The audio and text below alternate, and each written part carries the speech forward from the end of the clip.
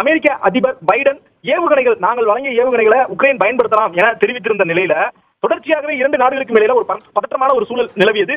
இந்நிலையில Russia தற்போது inter continent missile என கூறப்படுகின்ற கண்டம் விட்டு கண்டம் பாயும் ஏவுகணைகளை உக்ரைன் மீது வீசி வருவதாக தகவல்கள் வெளியாகி இருக்கிறது. உறுதிப்படுத்தப்பட்ட தகவலாக இன்னமும் வெளியிடப்படவில்லை. இருந்தாலும் உக்ரைன் தரப்பில் தங்கள் நாட்டின் எல்லை பகுதிகளில் ரஷ்யாவினுடைய ஏவுகணைகள், அதுவும் சக்தி வாய்ந்த ஏவுகணைகள் பாய்ந்துள்ளதாக தெரிவிக்கப்பட்டிருக்கிறது. குறிப்பாக அவர்கள் தற்போது பயன்படுத்தியுள்ள இந்த ஏவுகணை வடிவமைப்பு ரொம்ப அட்வான்ஸ் ஆனதாக பார்க்கப்படுகிறது.